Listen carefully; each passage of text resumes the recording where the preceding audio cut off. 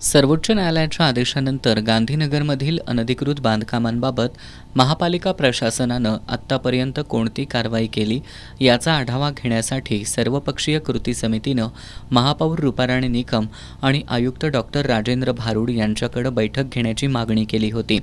त्यानुसार आज महापालिकेच्या स्थायी सभागृहात ही बैठक आयोजित करण्यात आली होती।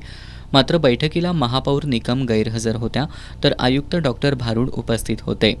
बैठकीत आर.के. पोवार, बाबा इंदुलकर, अशोक देसाई, अनिल कदम यांच्यासह कृती समितीच्या सदस्यांनी गांधीनगरमधील अतिक्रमणांबाबत तीव्र भूमिका मांडली।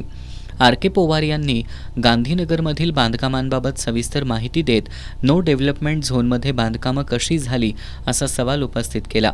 1945च्या गॅझेटनुसार ही जमीन महापालिकेच्या हद्दीत येत असल्याचा दावा करत ती ताब्यात घेण्याची मागणी करण्यात आली। 2012 पासून आंदोलन सुरू असल्याचं सांगत 2013मध्ये नोटीस बजावूनही कारवाई न झाल्याचा मुद्दा उपस्थित करण्यात आला।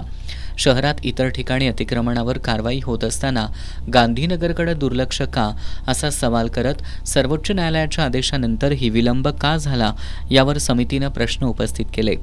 बाबा इंदुलकर यांनी 133 मिळकतींपैकी केवळ 27 सर्वे नंबर का घेतले नाहीत, तसेच देवस्थान आणि वर्ग 2 जमिनींच्या हस्तांतरणाबाबत गंभीर आरोप करत तात्काळ कारवाईची मागणी केली। अशोक देसाई यांनी अतिक्रमण प्रकरणाला महापालिका प्रशासन जबाबदार असल्याचा आरोप केला। शहरातील लहान व्यावसायिकांवर कारवाई होते, पण गांधीनगरमधील मोठ्या अतिक्रमणांकडे दुर्लक्ष का असा सवाल समितीच्या सदस्यांनी उपस्थित केले होते। पण गांधीनगरमधील मोठ्या अतिक्रमणांकडे दुर्लक्ष का असा सवाल समितीच्या सदस्यांनी उपस्थित केला। राजकीय दबावाला बळी न पडता कायद्याच्या चौकटीत कठोर कारवाई करण्याची मागणी करण्यात आली। सर्वोच्च न्यायालयाच्या आदेशानंतर 5 विशेष पथकं तयार करून सर्वेक्षण पूर्ण करण्यात आल्याचं आयुक्त डॉक्टर राजेंद्र भारुड यांनी सांगितलं। सर्व कायदेशीर प्रक्रिया पूर्ण करण्यात आली असून शुक्रवारपासून गांधीनगर परिसरातील अतिक्रमण हटवण्याची कारवाई सुरू केली जाणार असल्याचं आयुक्त भारुड यांनी सांगितलं।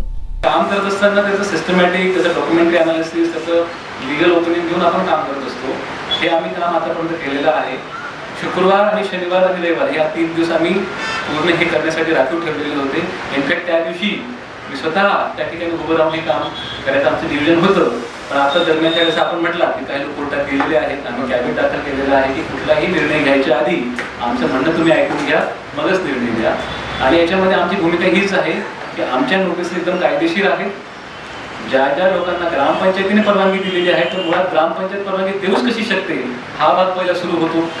आणि ज्या काही लोकांना परवानगी नाही दिलेली आहे, ज्यांनी कोर्टाचा अपमान केलेला आहे, कंटेम करणार आहे, त्यांना तर आम्ही सरासर 7 दिवसात तुम्ही तुमच्या मौल्यवान वस्तू काढून घ्या, त्यांच्यावर कारवाई करू, ही आमची भूमिका आहे।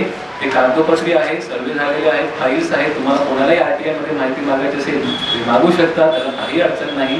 परंतु हा कायदेशीर स्टँड महापालिकेचा आहे। धन्यवाद। यावेळी उपमहापौर अक्षय जरग, विरोधी पक्षनेते राजेश लाटकर, गटनेते मुरलीधर जाधव, अतिरिक्त आयुक्त रविकांत अडसूळ, स्थायी समिती सभापती विशाल शिराळे, कृती समितीचे बाबा पार्टे, अनिल कदम, दिलीप कदम, रघु कांबळे आदी उपस्थित होते।